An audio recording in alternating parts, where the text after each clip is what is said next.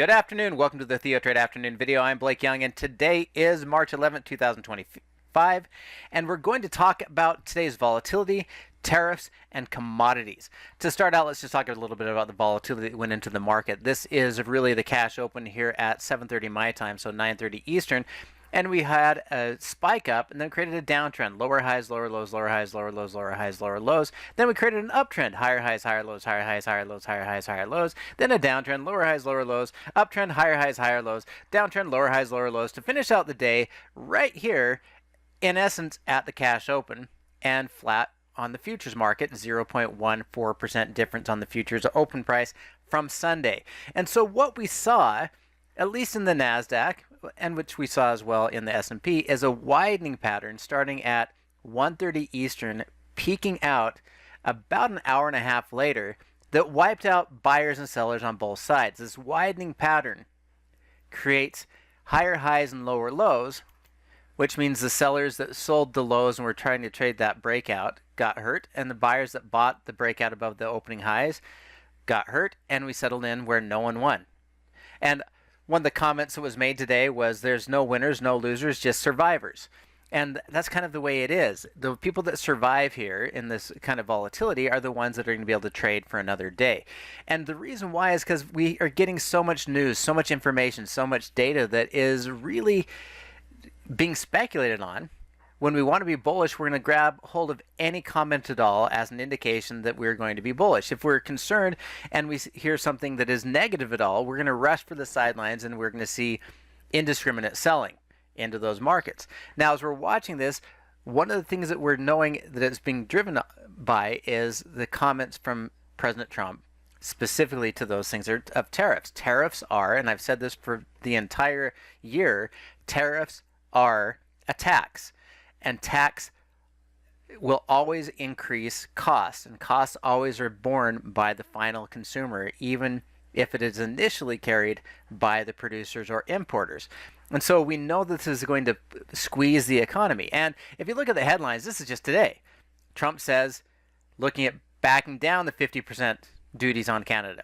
Trump says, sell-off doesn't concern me. These are all within 10 minutes, 11 minutes of each other.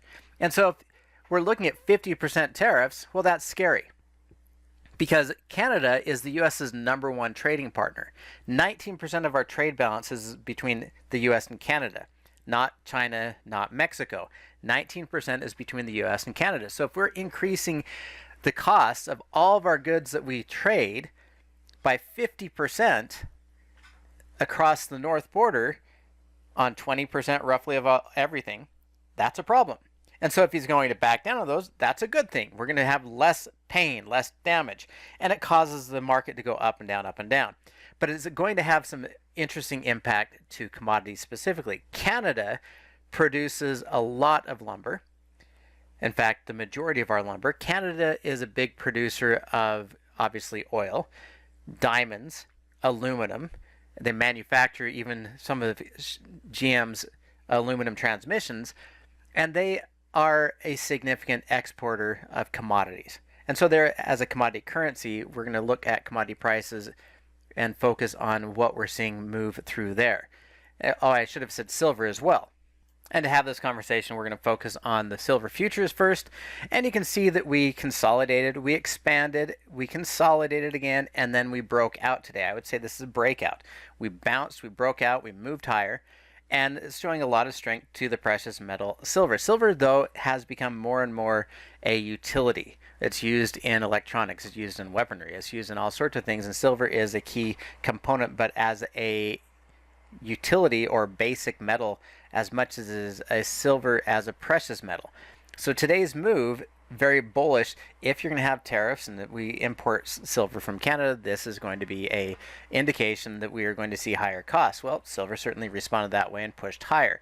If we take a look at gold, you can see gold also rallied, but is more consolidated here. So I don't see the big pressure into precious metals as an inflation hedge, except for in silver, where we're talking direct impact to tariffs from Canada. If we take a look at copper, and if we take a look at general commodities and oil prices, so here's copper. Copper bounced off of its 20-day moving average almost perfectly, had a huge bullish day and closed higher. And this is having me look for commodity trades in copper. And one of the other ones I would be looking at as well, if we're going to get these tariffs, we're going to see reciprocal tariffs. You're going to see stocks like U.S. Steel that is going to see an increase and bump through here and huge expansion the same way, but not enough to break us free on the bullish move. But nice bounce, but here in the middle. If we look at other U.S. steel or other steel companies, I should say, STX Steel Dynamics has broken down through support, a little bit of a bounce in today's move, but not nearly as bullish as what we saw in U.S. Steel. In fact, I looked at SLX,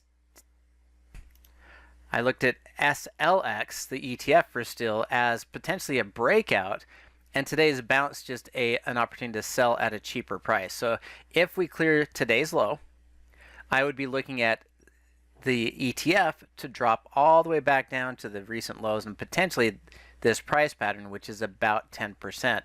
And so I'd be looking for a move all the way down to 54, and we sent that out in the newsletter earlier today.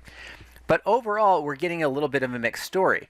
And so as we're watching these, what I'm looking for is in the basic materials or commodities area, we're looking for companies and stocks that produce commodities and watching to see, are we going to get the lift from the higher cost in things like copper? So we'd look at FCX and Newmont Mining. And I like FCX off of these lows because we filled this gap through here, and the next move is 36. And if we clear 36, I don't see any reason why FCX can't return to 41 in a matter of a week or two. As we look at that and say, let's take a look at Newmont Mining. Newmont Mining has consolidated and created an inside day. Again, not a lot of risk to be able to take this trade to go from 42 up to 48, or 43 up to 48, and we're talking about a 10 or 15% return just to the previous highs. If we're seeing commodity prices drive inflation and inflation costs being fed into the productivity and profitability of these commodity producers, we should have an easy time getting to that 10% swing and then potentially into a longer term higher high, higher low. And potentially, instead of trading silver through the silver ETF or the futures, you might look at something like Wheaton Precious Metals, in that we created a similar expansion pattern, pulled back, and broke out. And I'm looking at silver saying that we could continue to see this rally. You can see this expansion cleared out everything down to 55. This is a huge gain from Wheaton. And if prices are going to continue higher, they should outperform in their earnings. The question is whether it can continue this rate and get all the way up in near 80 over the next couple of weeks. And the last one I want to look at is looking at metals and miners after putting in a base price near $53 and having a gap up, close higher, reverse through that high. We've already filled the gap today, so I'm looking for it to close above this previous gap. And if we close above this gap at about 56, then I'm looking at a recovery at least half that range to 58, but very likely we are going to go back up to 63. If we have inflation, the metals and miners, they are going to be able to sell their goods and services. It's going to cost them the same roughly to mine it, whether we're seeing gold at a high price or a low price. It takes the same amount of effort to mine it and pull it out of the ground. So if we're seeing these inflationary pressures and seeing a discount for the metals and miners down here, I am looking for a return back up to about 63. And if we go from 55 to 63, we're talking about a 15% recovery, and potentially within 6 months, I would look for this to get all the way back up to $69, and therefore I'm looking for this to go $14, which is about 28 to 30% return off of these lows. Which is the reason why we also did some commodity trades inside of our deep currents portfolio. These are the things we're watching. These are the things that will have a continued impact if we have tariffs. Tariffs are inflationary pressures, especially with our commodity trading partners such as Canada and Mexico, will continue to increase the cost of those things, and the producers of those will continue to have better and better margins, likely. And so I'm going to continue to look for those types of trades over the days, weeks, and months ahead until we see how much those tariffs are going to come off of those highs. That's going to do it for me today. Join us again tomorrow at TheoTrade, and we'll continue to discuss what we're seeing in the economic view as I look at my Worldwide Wednesday, and we discuss what is going on with the tariffs and the volatility in these markets.